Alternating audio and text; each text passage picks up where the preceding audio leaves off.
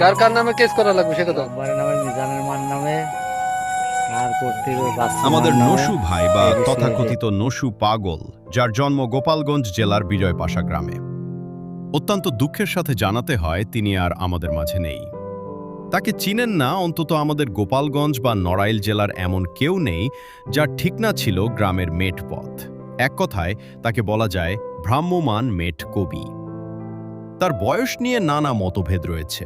কেউ কেউ বলে তার বয়স 100, কেউ বলে তার থেকেও বেশি, কারণ আমাদের মুরব্বীদের মুখেও শোনা যায় চিরকুমার নসু ভাইকে তারাও নাকি এমন চেহারাতে দেখে আসছে।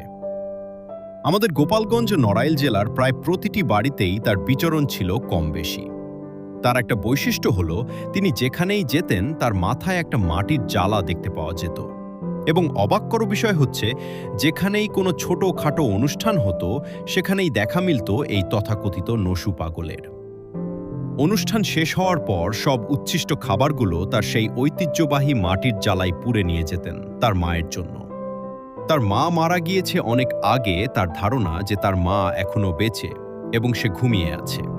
ঘুম থেকে উঠে তার মা হয়তো সে খাবার খাবে, আর এই মায়ের খাবার সংগ্রহ করার জন্যই গ্রামের মেট পথের এক অদ্ভুত পথিক হয়ে ঘুরে বেড়াতেন মাইলকে মাইল। এ যেন এক সেরা মা পাগলের গল্প, যা আগামী প্রজন্মের কাছে মা ভক্তির উদাহরণ হয়ে থাকবে।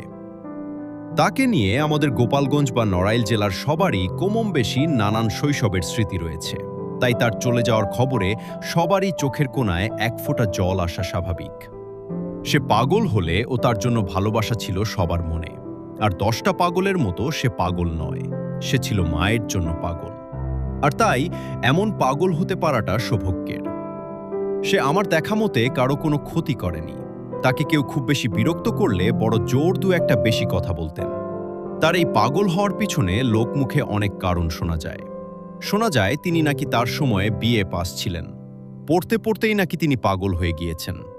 এরকম আরও নানান কারণ শোনা যায় তার পাগল হওয়ার পিছনে।